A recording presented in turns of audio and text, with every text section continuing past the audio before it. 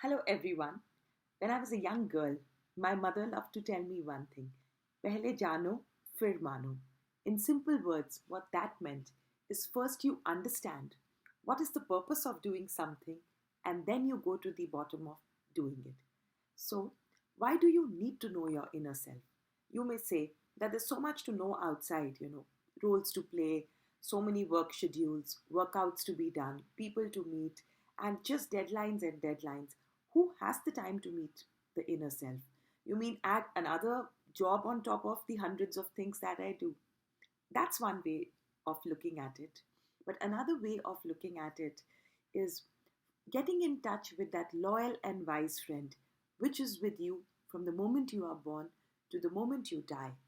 A lot of times we feel that wisdom comes from books, from other people, and our life experiences. Yes, of course, I'm not denying that.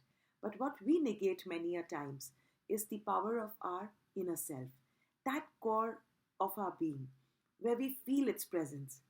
Each time we want to skip a class or we want to avoid doing something nice, that tiny nudge which goes tuck, tuck, tuck, tuck. Is this who you want to be? Is this how you want to approach this situation? That comes from my inner self. So, the biggest benefit of my inner self and connecting to it is that there is continuous inner self guidance available to me. It's my unique lighthouse. It tells me what is my value system, what is making me feel good, what does not feel good. It has a direct sense of knowing. A sense of direct knowing actually is being precise, a bit like Google Maps. When you put in a destination, you will get there irrespective of roadblocks. So, when your communication with your inner self is good, what happens is you are able to focus all your energies and head in a direction that feels right to you.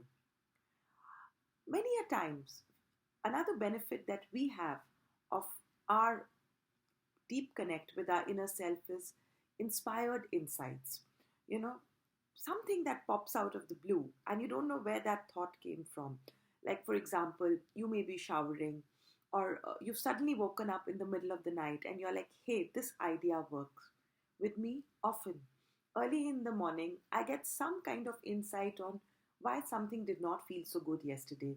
Or the other day, I was thinking about the title of my new book, and suddenly it just popped out of uh, my insight. So, our inner self actually gives us inspired insights about what feels right to us.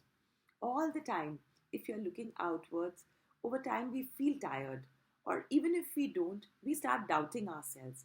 So, when we are in touch with our inner self, we are able to practice the pause, we are able to access that deep knowledge which is part of our unconscious as well as our collective unconscious. So, I hope some of the benefits that I have mentioned of knowing your inner self are of help to you. Keep reflecting, and you would be surprised about what a long list it can become when you are ready to pay attention to your inner self.